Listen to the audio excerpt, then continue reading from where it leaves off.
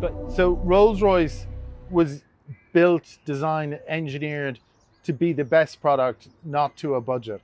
It was in that instance, for instance, if we go to the back of the car, there was a big issue at this time with the flatness of panels.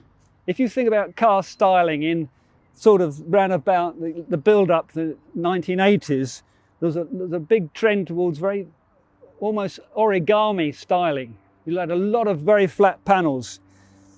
And if you think about the Camargue was probably on the limit to what you could get away with as far as flatness goes. And the people who made this body shell were constantly visiting us and measuring the curvatures and saying, you've got to put more curvature here. You know, it may not be much, but by curving, you tend to stretch the metal. And by stretching it, you actually form tension in it, which stays there. Whereas if it's too flat, it's what they call oil canning. Oh, and you go boing, boing, and it's hideously embarrassing. But they couldn't press this corner. It's too sharp. Even though if you look at it, we rounded it off and rounded it off and rounded it off, and they still had problems. So the same guys who did the rear quarter had to make this good. There's actually a joint here somewhere where, because you can't press anything that tight.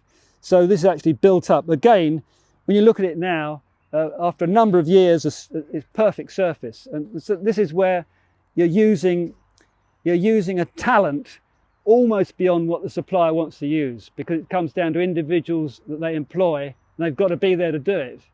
And when you see the car 30 years later and see how that corner is just perfect, the roof is perfect, does it give you pleasure knowing what was put in place was? Well, I just know. That's why I was talking about the curvature through here.